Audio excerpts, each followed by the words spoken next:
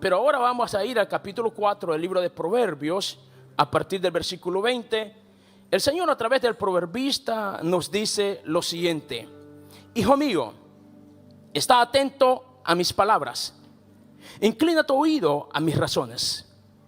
No se aparten tus ojos y guárdalas en medio de tu corazón, porque son vida a los que las hallan y medicina a todo el cuerpo.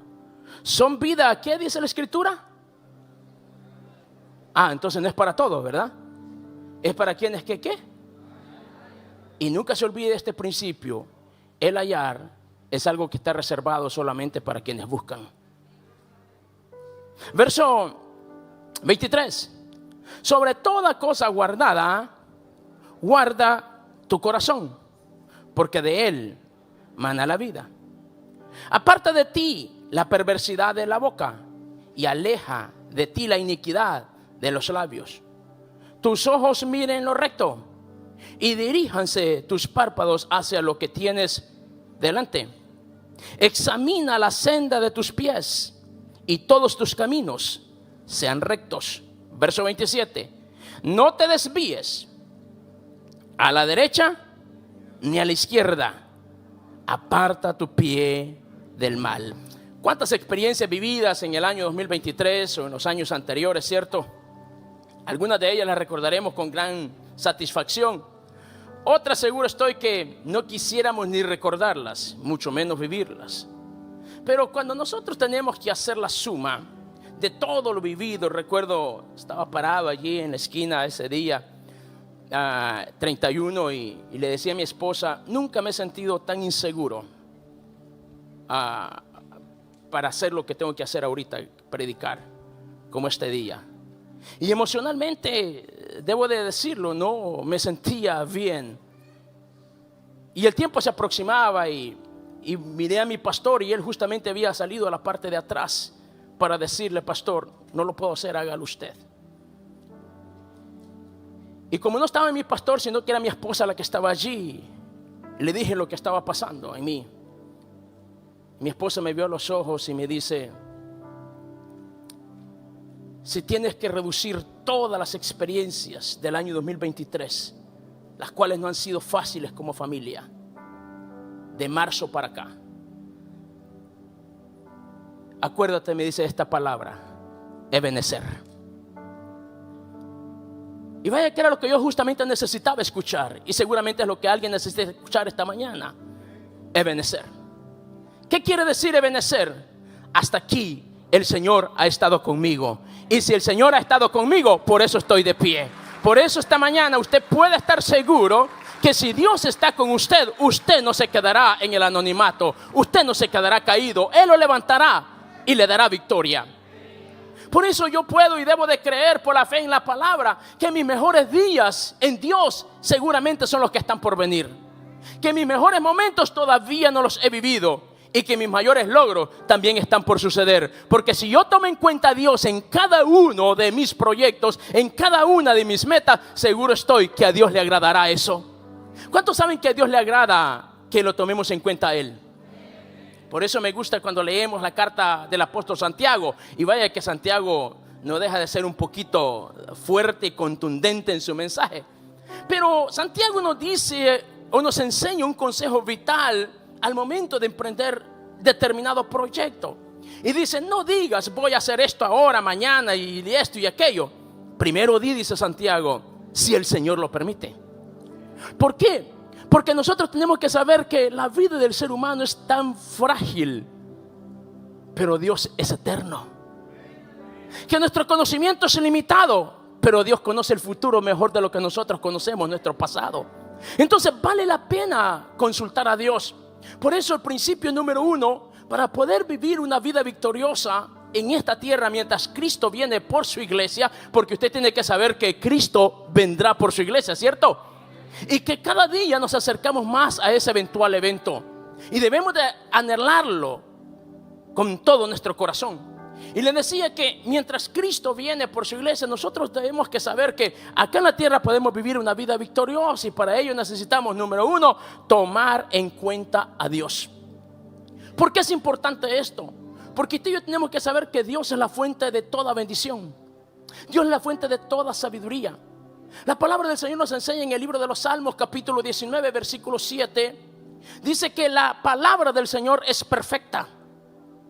Y no solamente dice que es perfecta, también nos dice que es la fuente de toda sabiduría. Y dice, y convierte el alma. Y la parte final de ese versículo dice, y hace sabio al sencillo. Entonces la palabra del Señor es poder, es autoridad, es fuente de vida y de sabiduría.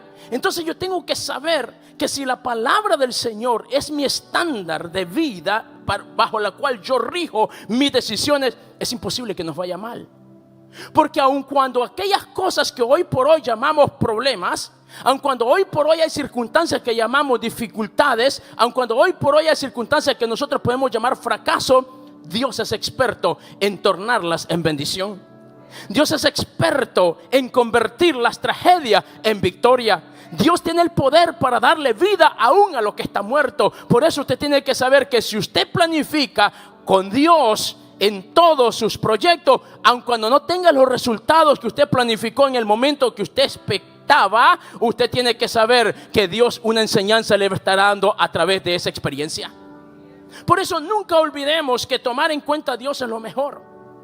Me gusta muchísimo lo que el proverbista Salomón en el capítulo 1 del libro de Proverbios nos enseña, y dice que aquella persona que no atiende el consejo y que desestima la sabiduría va en camino al fracaso. Lo repito, ignorar el consejo, desestimar la sabiduría es ir en camino a la calamidad, dice el proverbista, o sea, al fracaso mismo. Entonces yo tengo que saber que la Biblia, diga conmigo, la Biblia es un manual de vida, porque tiene el consejo para cada área de la vida, para cada necesidad, para cada circunstancia. Tanto así que la palabra del Señor nos enseña y nos dice que junto al problema Dios también ya puso la salida.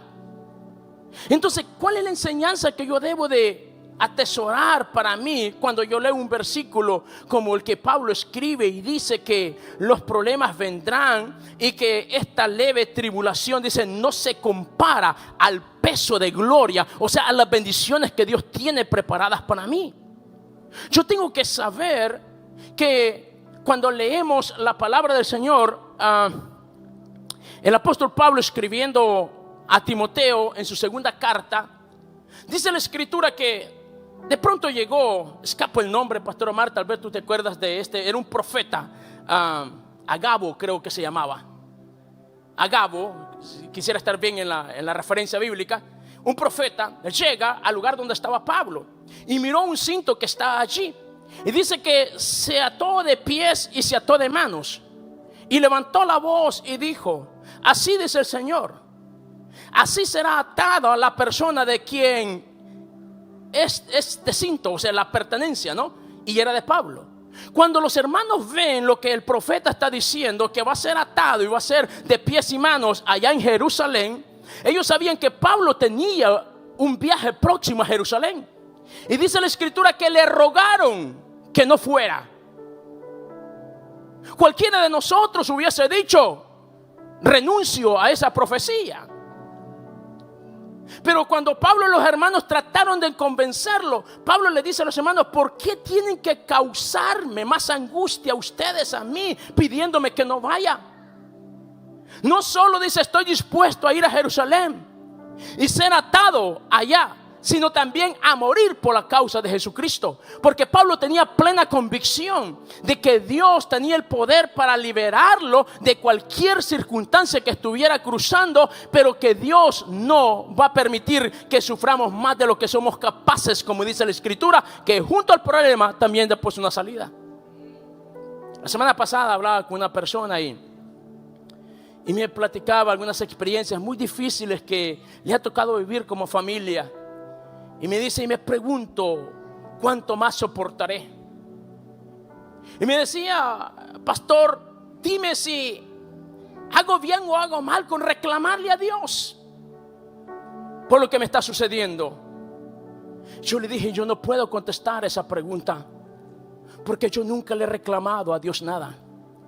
Porque desde niño yo fui instruido por mi abuelo a reconocer que Dios es un Dios soberano y que absolutamente nada sucede sin que Dios no tenga conocimiento de lo que está sucediendo, y que Él es todopoderoso y por ende Él puede cambiar cualquier circunstancia, y que si algo sucede a la vida de un cristiano, sépase que Dios tiene un plan, un propósito. Y yo tengo que saber que más allá de que si entiendo o no lo que estoy pasando, que si sucede o no lo que yo quisiera, Dios no deja de ser Dios, porque Él es soberano sobre todas las cosas. Y por eso decía que la Biblia es un manual de vida, instrucción a todo el que lo necesita. Porque cuando abrimos las páginas de este precioso libro y leemos el libro de Job, nos daremos cuenta de lo siguiente. En el primer capítulo del libro de Job, la historia relata de todo lo que le sucedió a este hombre de Dios y a su familia. Y vaya que yo creo que difícilmente alguien acá puede decir que ha pasado lo mismo que Job pasó, con las mismas características. Pero sin embargo yo veo al final de este capítulo 1 que la escritura termina diciendo de Job lo siguiente: y con todo y esto, Job no se quejó, atribuyéndole a Dios despropósito alguno por lo que le había sucedido. Todos sabemos lo que a Job le sucedió. Sin embargo, si seguimos profundizando en la escritura, llega un momento que el estado físico de Job llegó a estar tan crítico que dice que usaba tiesto, un pedazo de losa de dolor, un harash o una picazón en su piel, y así se rascaba. Yo imagino que también sangraba y su esposa lo veía y no entendía cómo este hombre podía mantener su integridad delante de Dios. Y cuando su esposa trata de convencerle que mejor desista, que maldiga a Dios y que muera, Job dice lo siguiente: ¿por qué debo de maldecir yo a Dios? Y agrega en el capítulo 24, capítulo 25, algo poderoso, y dice: yo sé que mi Redentor vive. Yo sé que mi Redentor vive. Y aun cuando yo tuviera que morir, dice Job, yo sé que Él tiene el poder para levantarme del polvo mismo. Job tenía claro que un día su cuerpo moriría. Y me eriza la piel sobre las convicciones de este patriarca cuando dice: y estos mis ojos le verán. No está hablando de otros ojos. Su convicción era que Dios lo podía levantar y cambiar esa circunstancia. Yo no sé qué estás viviendo el día de hoy, pero puedo decirte y alentarte por medio de la palabra: Él tiene el control, Él te va a ayudar, Él no te va a dejar solo. Por eso tienes que seguir confiando y creyendo en Él, pero tómalo en cuenta en cada decisión. Número 2, tienes que guardar tu corazón. Y a mí me gusta mucho esta enseñanza de este versículo 23, porque dice el proverbista: sobre toda cosa guardada, guarda tu corazón. ¿Cuántas personas con corazones rotos hay? ¿Cuántas personas sonríen por fuera pero lloran por dentro? ¿Cuántas personas han sido heridas por esa persona que le juró lealtad, amor y fidelidad? Una traición, un engaño puede herir más que un golpe. Es más, la Biblia lo declara y dice que las palabras hieren más que los golpes. Es que usted tiene que saber que todos aquellos que pueden estar pasando por una situación similar a lo antes relatado, cuando Jesús viene y inicia su ministerio terrenal, la misión de Jesús dada por el Padre estaba pensando en esta gente que estaba viviendo en esta condición. Si usted abre la Biblia en el capítulo 4, verso 18 del libro de Lucas, la escritura dice que después de que Jesús regresa en el poder del Espíritu del Jordán, entró a la sinagoga, agarró el pergamino y empezó y leyó aquella porción que dice el versículo 18, Lucas 4, si me pueden seguir por favor en cabina. Dice que cuando Jesús abre la escritura, dice lo siguiente: el Espíritu del Señor está sobre mí, por cuanto me ha enviado a dar buenas noticias a los pobres. Y agrega y dice: y me ha enviado a sanar ¿a quiénes? O sea que Dios Padre no ignora lo que tú estás viviendo. Por eso envió a Jesús. Específicamente dice que Él vino a sanar esas heridas. Por eso tú tienes que guardar tu corazón y saber que con Dios tú siempre tendrás una salida. que Él no te va a dejar, Él no te va a abandonar.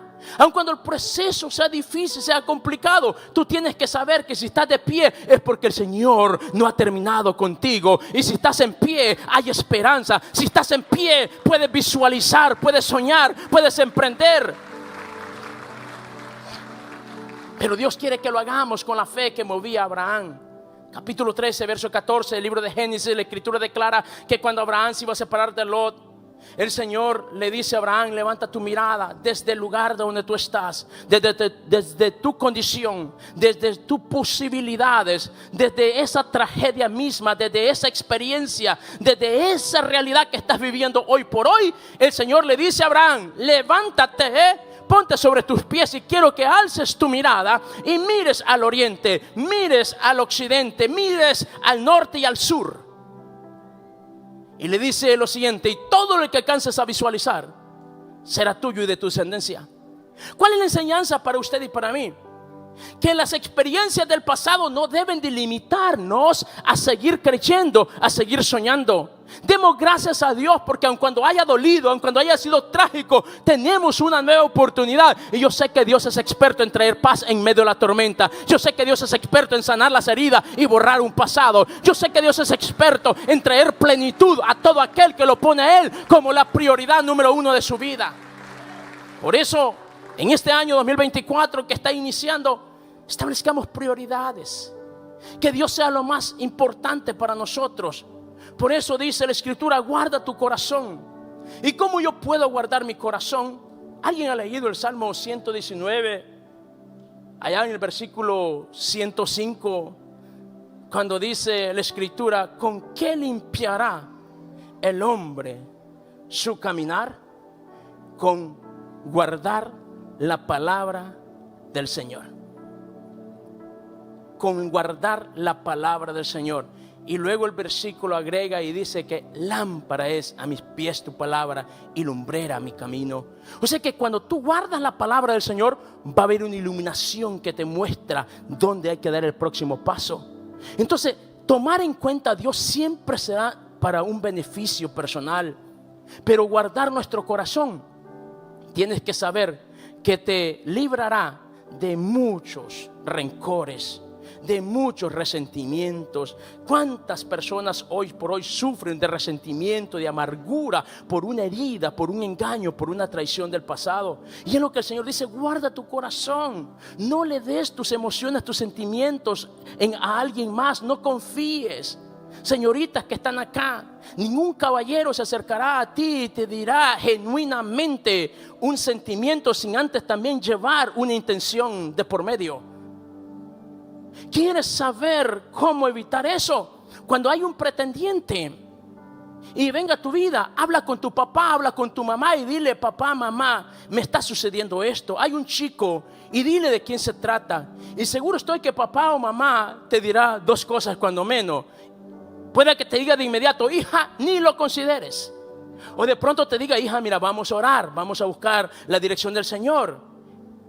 Pero seguro estoy que la mejor decisión es que consultes a papá y a mamá y no a tus amigas, porque ellas están en la misma situación. Caballeros, jóvenes, yo sé que hay muchas intenciones, hay muchos deseos, hay muchos proyectos, pero igual el consejo es el mismo.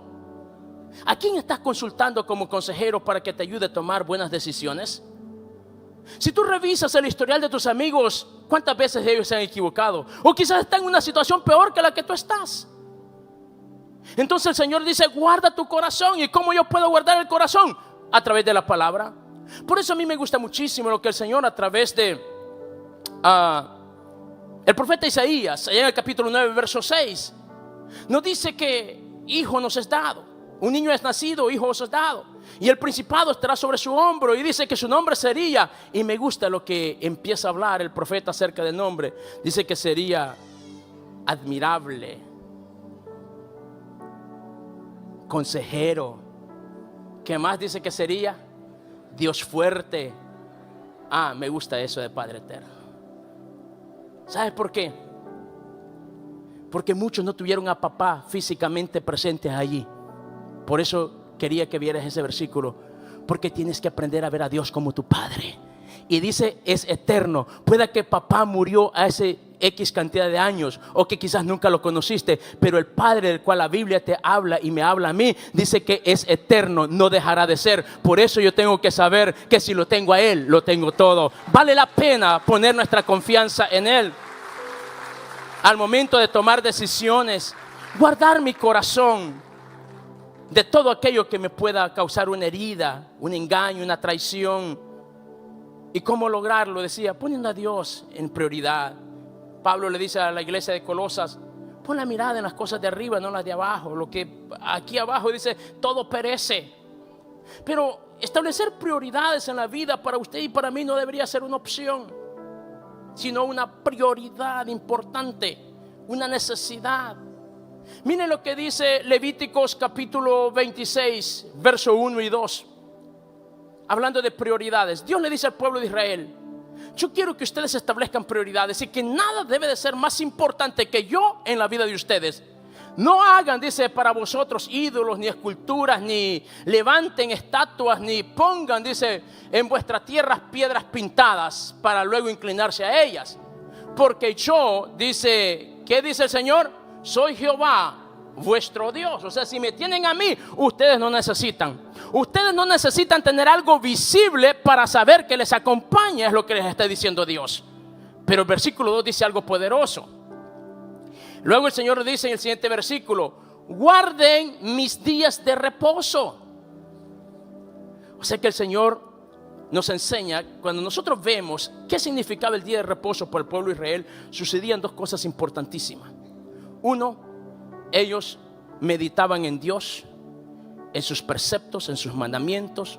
Y número dos, estaban junto con familia.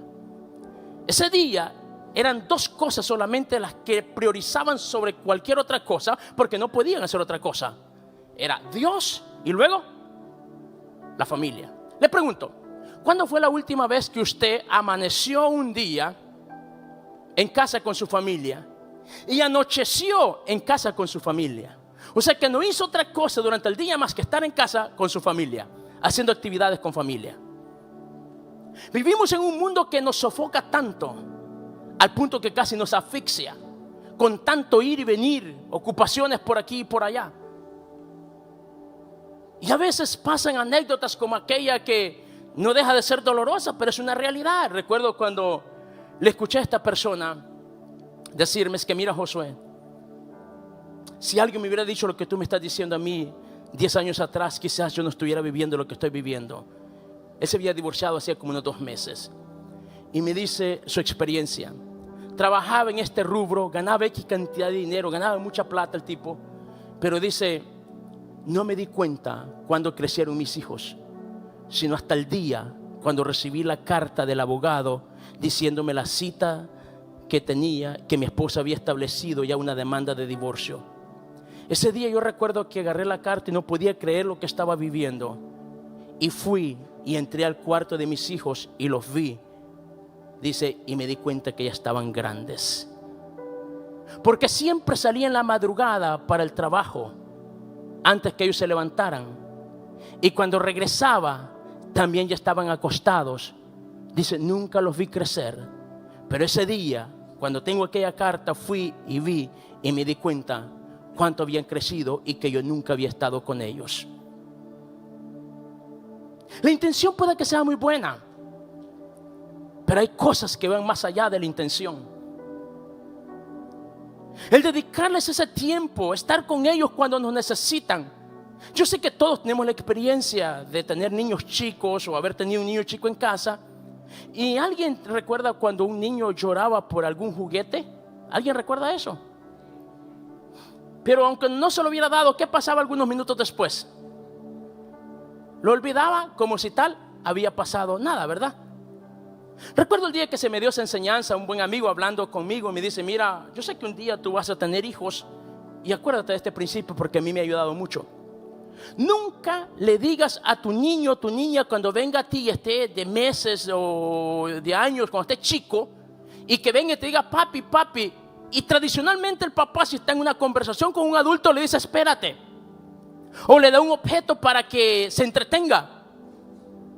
Pero dice, si tú le dices espérate, lo ignoras por un momento y después te acuerdas y vas y le pides, hijo, ¿qué era lo que necesitaba? Dice, es muy posible que al niño ya se le olvidó lo que necesitaba en ese momento. Y me dice, si eso pasa, tú habrás fallado. Porque en ese momento el niño te buscó porque tenía una necesidad. Para él era una necesidad. Puede que para ti no. Y cuando el niño se fue, tú no cumpliste, tú no llenaste la expectativa. Y esos pequeños detalles se multiplican en grandes detalles. Y hablar de separación, hablar de divorcio, vea, muchas personas hablan del divorcio como una separación, y es lo que es en sí. Pero el divorcio no es más que una serie de problemas nunca tratados correctamente, y al final se llegó a la conclusión que la mejor solución era la separación. Por eso tenemos que saber que cuando el Señor dice que hay que establecer prioridades, y que dentro de estas prioridades Dios debe ser lo primero y después la familia, yo creo que Dios siempre tendrá la razón. La Biblia declara claramente que dice que a alguien que no provee para la familia es como que si negara la fe. O sea, no darle la prioridad. El día de mañana los niños habrán crecido y usted y yo quedaremos una vez más solos como empezamos. Y entonces nos preguntaremos. Y tristemente hay familias que cuando llega y le dejo esto como manera de investigación, que averigüe el promedio de divorcios que hay en personas mayores. Cuando llega la época del retiro, de la jubilación, o sea, no conciben poder vivir juntos ya, porque uno tiene unas prioridades, otros tienen otras en la vida. Vivieron tantos años conviviendo quizás en el mismo techo, pero cuando tienen que pensar en compartir la vida y empiezan a pensar los valores y las prioridades que ellos tienen, se dan cuenta que no son las mismas. Y muchos de ellos toman la decisión de separarse a esa edad, porque nunca pensaron en este principio. Y de regreso, quiero que me lleves de regreso a la escritura, al versículo 2 de este capítulo 26 del libro de Números.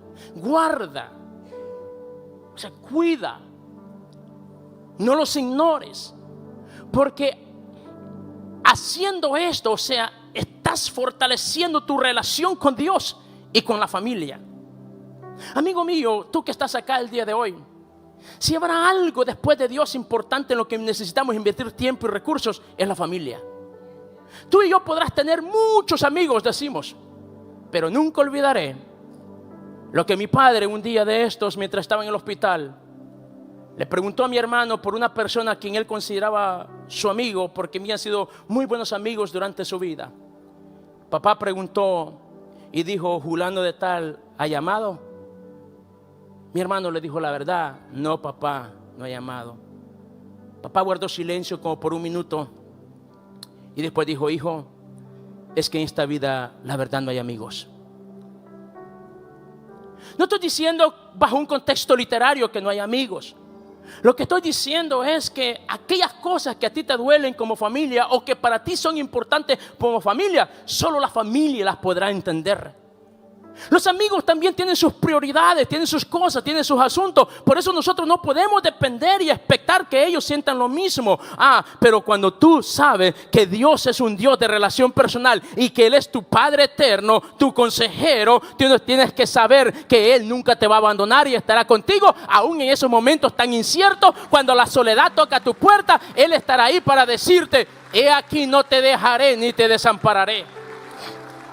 Mira lo que pasa con los hombres y las mujeres que ponen prioridades en la vida, donde Dios es lo primero y de la familia es lo segundo. Todo lo demás puede ocupar un tercero, cuarto, quinto y sexto lugar, pero Dios no puede ser opción, ni la familia. Eso tiene que estar donde debe de estar.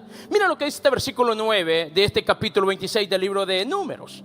El Señor, a través de la palabra, le dice a aquellos hombres, a aquellas mujeres que establecen prioridades donde Dios es lo primero, porque yo me volveré a vosotros. Aquel hombre, aquella mujer que establece prioridades donde Dios es lo primero en su vida, donde la familia ocupa el lugar que Dios quiere que ocupe, dice, yo estaré con ustedes. ¿Y para qué estará con nosotros? Dice, para hacerlos crecer. ¿Alguien quiere crecer en este año 2024? Oh, pregunto una vez más, ¿cuántos quieren crecer en este año 2024 y los años por venir? Establezca prioridades. ¿Cuáles son esas prioridades? Diga conmigo: Dios, familia.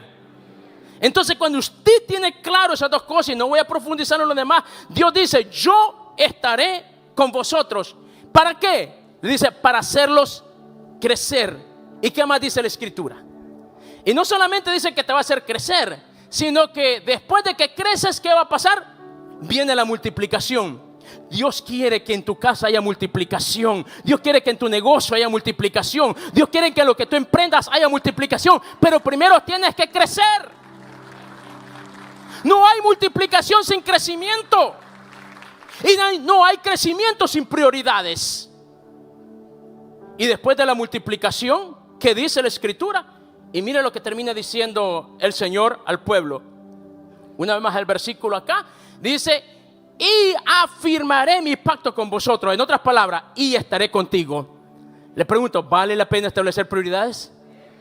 Entonces, establezcamos prioridades. Pero yo creo que las prioridades de una persona se reflejan en lo que dice, en lo que hace, ¿cierto?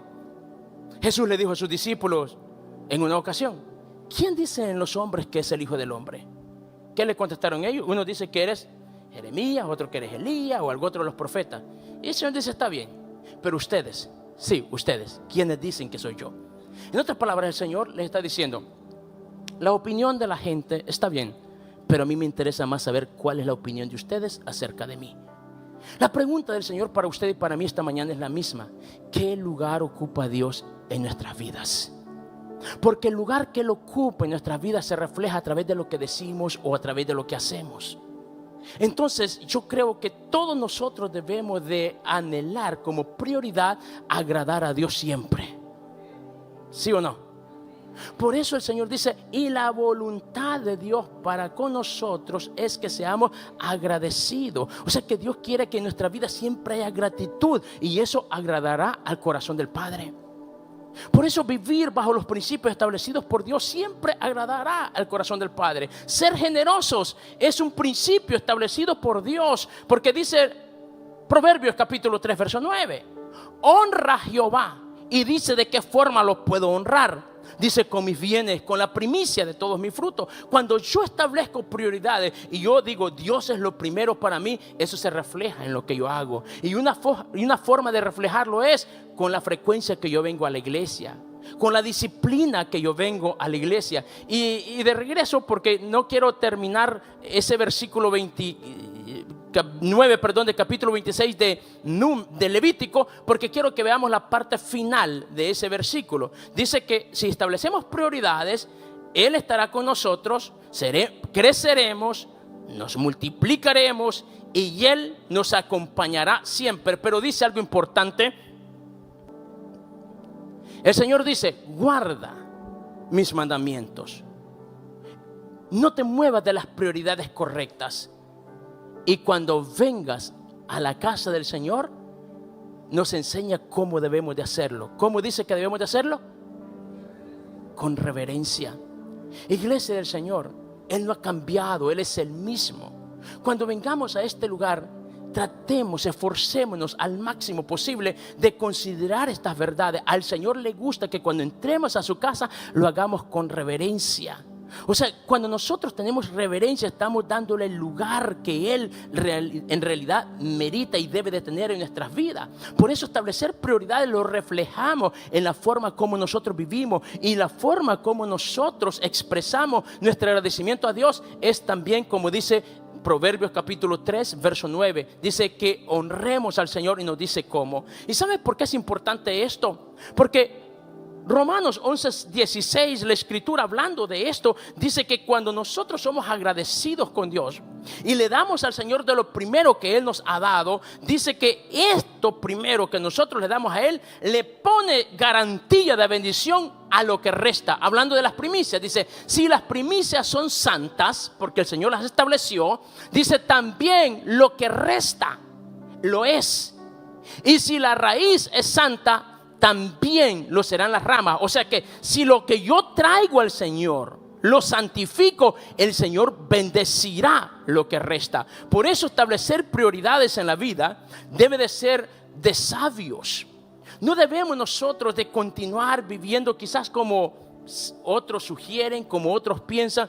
Vayamos a lo que la palabra nos enseña y seguro estoy que las cosas serán diferentes. Número 3, el tiempo transcurre. Decía, principios para poder vivir una vida victoriosa en Cristo. Número 1, consulte a Dios en toda decisión en la vida. Número 2, guarde su corazón. Y número 3, la Escritura me dice que yo debo tener cuidado con lo que hablo. Miren lo que dice el verso 24 de este capítulo 4 del libro de Proverbios. Aparta de ti, dice, la perversidad de la boca y aleja de ti la iniquidad de los labios. ¿Cómo así? Dios quiere que yo sepa lo que la Escritura dice, que tanto la vida o la muerte están en el poder de la lengua. ¿Alguien ha leído Proverbios 18 o 21? La Escritura dice que tanto la vida o la muerte están en el poder de la lengua. O sea, el Señor me dice, ten cuidado con lo que habla.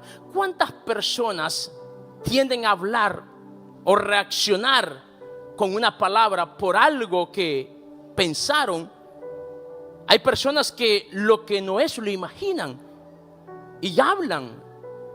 Pero yo creo que es de sabios primero pensar antes de hablar.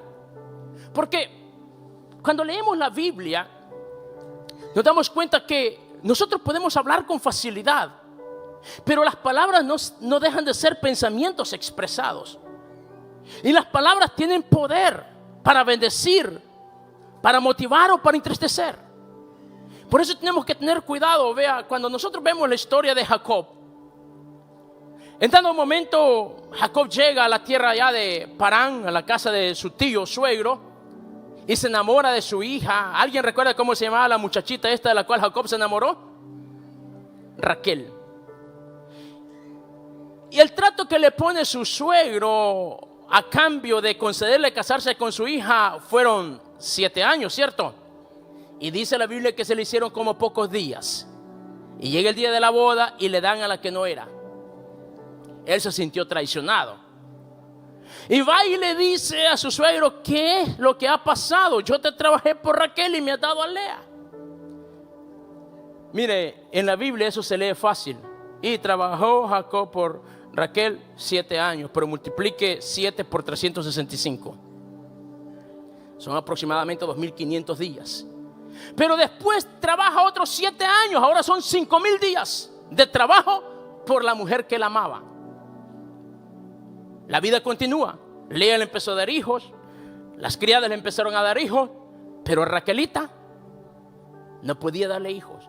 Y un día Raquelita se acerca a Jacob y le dice lo frustrada que se siente por lo que está viviendo. Y Jacob reacciona como muchos de nosotros seguramente reaccionaríamos.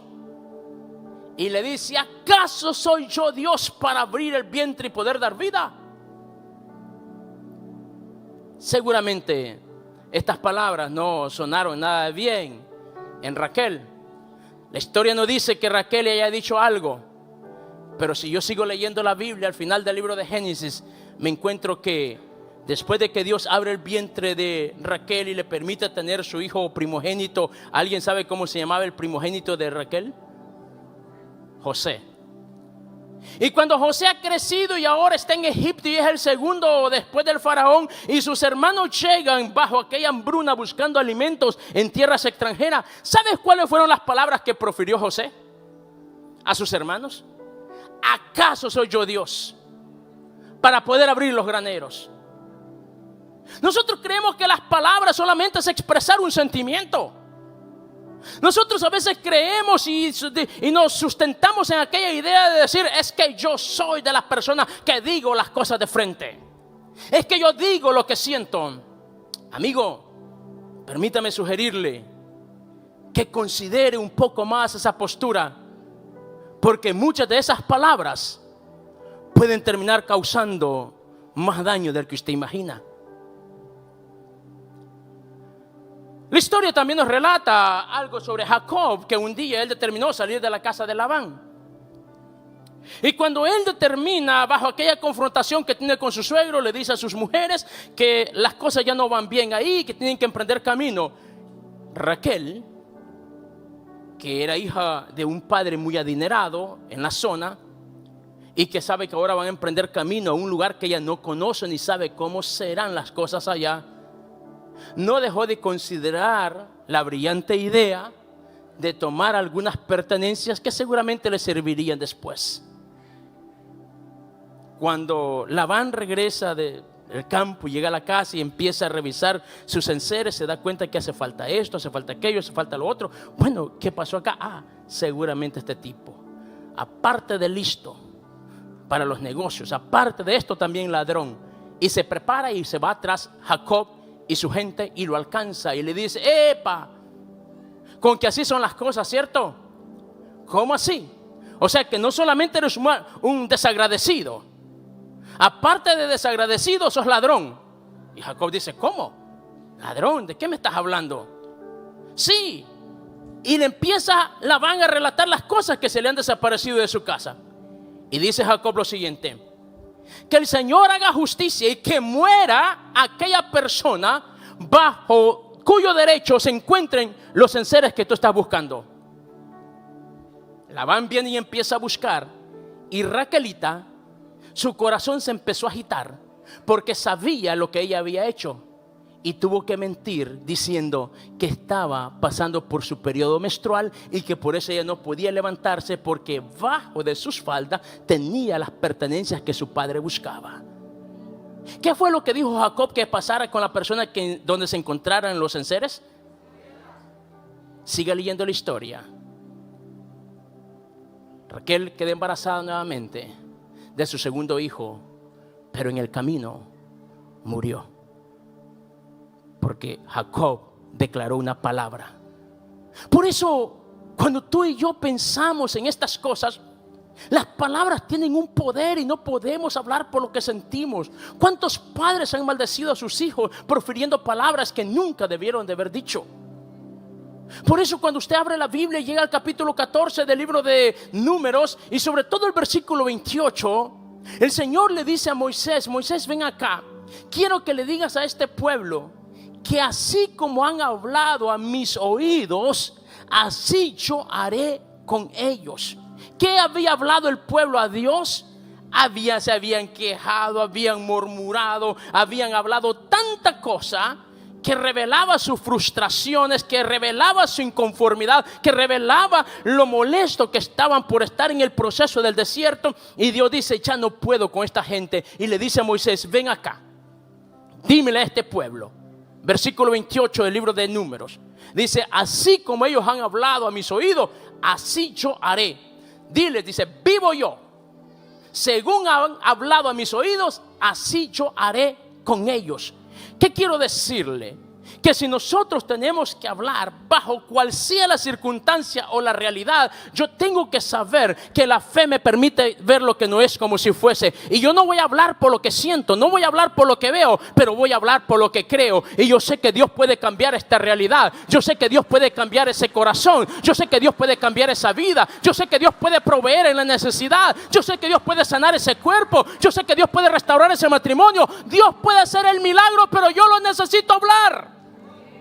Capítulo 15 del libro de Mateo, el Señor relata la historia de aquella mujer extranjera, cananea, por cierto. Y dice la historia bíblica que esta mujer insistentemente le pedía a Jesús un milagro por su hija. Y Jesús lo primero que hace es ignorarla, no le contestó nada. Pero como ella insistía tanto, provocó la incomodidad de los discípulos y le dijeron: Jesús, dile a esta mujer que se vaya, ya nos tiene hasta la coronilla con tanto gritar detrás de nosotros. Y Jesús ignora. Llega un momento cuando Jesús se dirige a la mujer no para elogiarla por su insistencia, sino para tratarla de una forma hasta un tanto despectiva. ¿Y sabes qué dice esta mujer? Sí, Señor, tienes razón, pueda que sea eso y más de lo que tú estás diciendo, pero a mí no me interesa nada de eso. Yo lo que tengo es una necesidad. Yo lo que estoy es urgida de un milagro. Y cuando Jesús escucha hablar esto, dice: oh mujer, grande es tu fe, hágase contigo conforme tú has dicho. ¿Qué estamos diciendo nosotros ante un problema, ante una necesidad? Por eso tú tienes que cuidar de hablar de incredulidad, hablar de duda, hablar de inseguridad, prestar tus oídos para que otros estén fomentando la inseguridad y la duda. Tú tienes que asociarte con gente que tiene fe, que le cree a Dios y que te motiva a seguir creyendo y que te dice: hermano, Dios está contigo, Dios te va a sacar de este problema, Dios te va a levantar, Dios va a hacer el milagro que estás esperando, Dios te va a proveer los recursos que necesitas, Dios te va a dar la sabiduría para tratar con ese problema. Dios te ayudará. Esa es la gente con la cual nosotros necesitamos relacionarnos. Por eso, cuando nosotros hablamos palabras que no fomentan la fe, estamos entrando en tierras movedizas, porque el enemigo no sabe todo, pero oye todo. Y como oye que estás hablando duda y inseguridad, trabajará fomentando esa dificultad para que sea aún más abrumadora. Pero cuando en la vida del cristiano siempre hay una alabanza, cómo me fascina David. Y si el Señor nos permite tener conciencia el día que lleguemos al cielo de las cosas que pasaron acá en la tierra, una de las primeras personas que yo quiero conocer después de Jesús es a David y a Pablo. Pregúnteme por qué. Porque ambos a mí me enseñan cómo se debe de proceder en la tierra cuando hay luchas, cuando hay pruebas, porque es algo que todos lo hemos pasado o lo tendremos que pasar. Porque Jesús dijo: en este mundo tendréis aflicciones. Pero David a mí me enseña que en momentos de las pruebas, ¿cierto? Mire, David ha sido ungido para ser el próximo rey de Israel. David tuvo la bendición de llegar al palacio y saber cómo se mira el palacio, y seguramente se ilusionó: oh, allí está la silla real, allí es donde yo un día estaré. Pero David nunca había imaginado que se siente estar huyendo, que se siente estar metido en una cueva, escapando por su vida. Y allá terminó David huyendo porque Saúl lo perseguía. Pero en esa circunstancia David pudo escribir el Salmo 34 y dijo lo siguiente: bendeciré a Jehová en todo tiempo, y su alabanza estará de continuo en mi boca. En medio de la persecución, en medio del problema, en medio de las lágrimas, en medio de la lucha, en medio de las pruebas, hay que haya una alabanza que bendiga la gloria de Dios, que le diga a Dios: yo sigo creyendo, yo sigo confiando, yo sé que mi Redentor vive, yo sé que Él no me dejará aquí, yo sé que la promesa vendrá. Si Rabacandaraba y Sohamaya,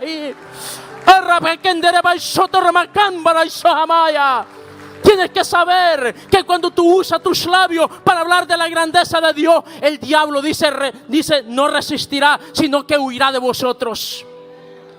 El consejo de Dios para vencer al enemigo no es que le grites en lenguas cuantas puedas hablar. ¿Sabes qué me dice la Biblia a mí para resistir al diablo y tener victoria? Resistirlo.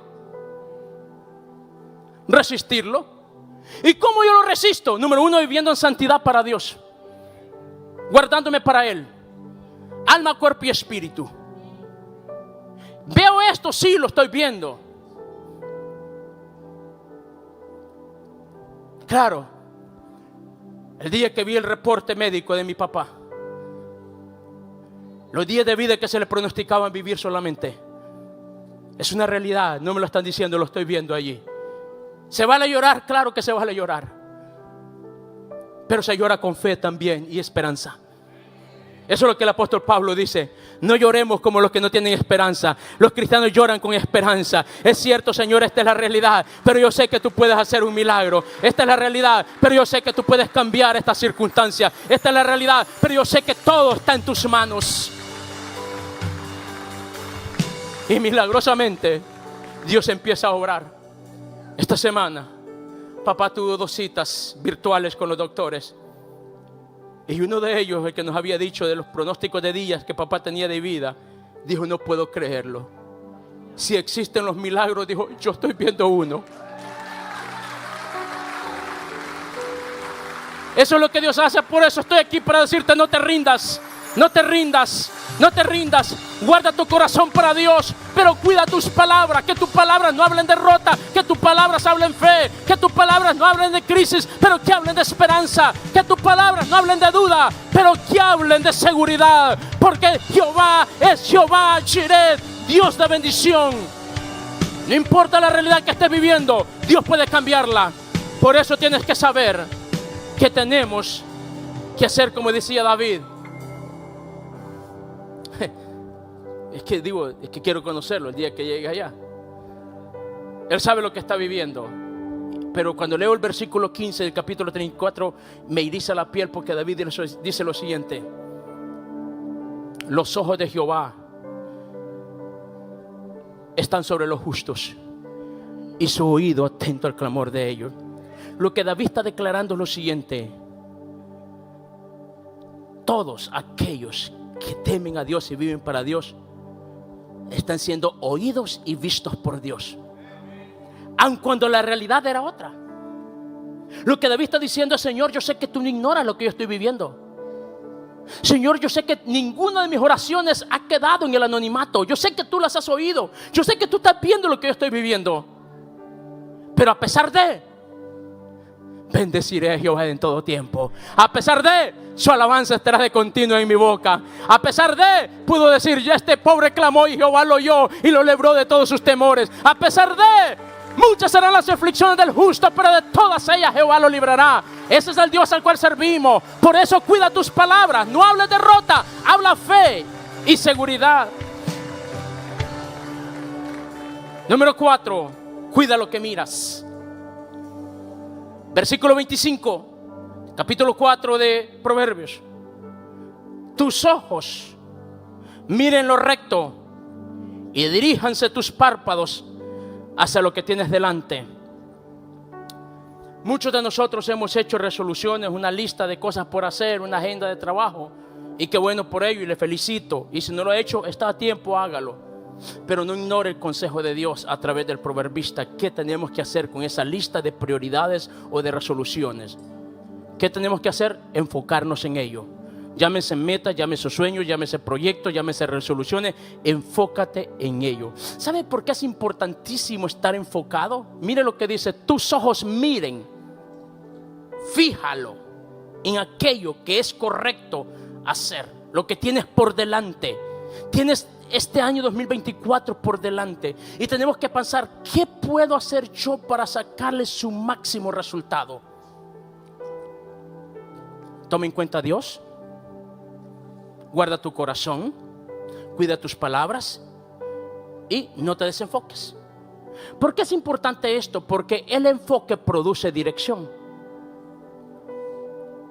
En cambio, hay personas que se enfocan, se concentran más en ir rápidos que en ir en la dirección correcta.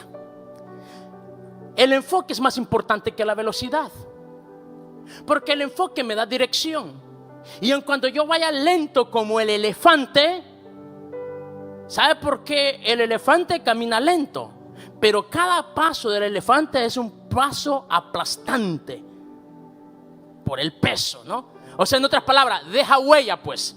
O sea que cada paso que nosotros vayamos dando, dejemos una huella. En cada reunión que Dios nos permite estar, dejemos una huella. En cada lugar que Dios nos permite estar, dejemos una huella. ¿Cómo así? Que cuando se tenga que hablar de nosotros, alguien pueda decir: recuerdo a esa hermana que trajiste aquel día a la reunión, cómo me bendijo lo que dijo. Recuerdo a aquel hermano que vino y estuvo con nosotros y compartió aquel testimonio. Qué bendición fue escucharlo. Que la gente, cuando nos tenga que recordar, nos recuerde por la bendición que fuimos a su vida. Porque si usted cree que en este año 2024 Dios estará con usted, usted debe declarar: el bien y la misericordia de Jehová me seguirán y me alcanzarán y estarán conmigo todos los días de mi vida.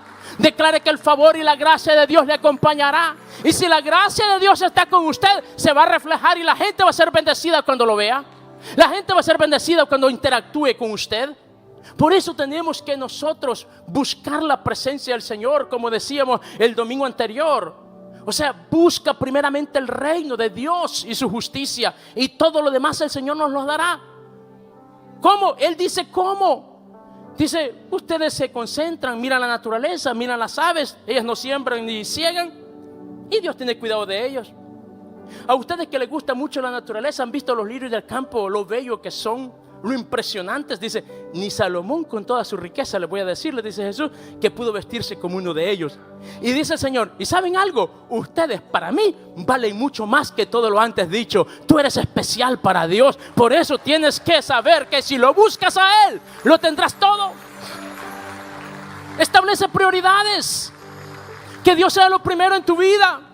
Dios nos dará todo aquello que necesitamos. Por eso tenemos que enfocarnos, mantener el enfoque correcto, y seguro estoy que cosas maravillosas pasarán. Para terminar con esto del enfoque y el peligro de distraerse, capítulo 14 del libro de Mateo, la escritura relata a partir del verso 24 en adelante, cuando Jesús llegó caminando sobre las aguas y los discípulos están atemorizados en aquella embarcación. Pedro, cuando escucha al Señor decirles: yo soy el que estoy aquí, recobren el ánimo, no tengan miedo. Pedro dice: Señor, ¿eres tú? Dice: la barca estaba en medio del mar, azotada por las olas, porque el viento era contrario. Muchos han tenido que vivir la vida con vientos contrarios y se desesperan al igual que los discípulos. Y vale desesperarse, por cierto, pero ¿sabe lo que no vale? Es vivir atemorizado toda la vida. Por eso cuando Pedro escucha a Jesús, le dice: ¿eres tú, Señor? ¿Puedo ir donde tú estás? ¿Qué le dijo a Jesús? Bien puedes. ¿Y qué hizo Pedro? Salió de la barca y empezó a caminar sobre el agua. Pero dice la Biblia que poniendo la mirada en el viento. ¿Por qué estaba azotada la mar? ¿Por qué cosa? Por el viento. ¿Cuál es la raíz del problema? El viento. ¿A dónde puso Pedro la mirada? En la raíz del problema. Cuando tú te concentras en el problema, se corre el eminente peligro de empezar a hundirse antes de llegar a la meta. Lo repito, cuando tú te concentras en el problema, en lo que te aqueja, en lo que te desespera, en lo que te preocupe, corres el peligro de hundirte antes de llegar. ¿Qué tenemos que hacer? Al igual que David, capítulo 17 en adelante del libro de Samuel, dice la escritura que cuando miró a Goliat, que era enorme, gigante, capacitado, armado, experimentado, David con su honda en mano, dice, corrió al encuentro y le dijo: tú vienes contra mí con espada, con jabalina, con experiencia, con recursos, con un ejército detrás de ti, pero yo vengo a ti en el nombre de Jehová, el Dios de los ejércitos. Y se lanzó y tiró aquella piedra y lo derribó. Oh, cuando tú pones tu mirada en Jehová, vas a ver que tus gigantes caen, vas a ver que tus problemas caen, vas a ver que tus amenazas caen. Pero aquellos que miran el problema antes de ver a aquel que está por encima de los problemas, se van a hundir antes de llegar a la meta. Alguien tiene que saber que este año 2024 es para vivirlo con intensidad, creyendo a cada una de las promesas que Dios me ha dado y sabiendo que con Dios no se falla, con Dios no se pierde. Me puedo equivocar, pero me dará una segunda oportunidad. Me puedo equivocar, pero también me levantará. Podrá fallar, pero también me restaurará. Este es un tiempo de restauración, tiempo de vida, tiempo de victoria. No es para estar hablando de derrota, es para estar hablando que nuestros mejores días en Cristo están garantizados y están por venir. Alguien alabe a Dios esta mañana.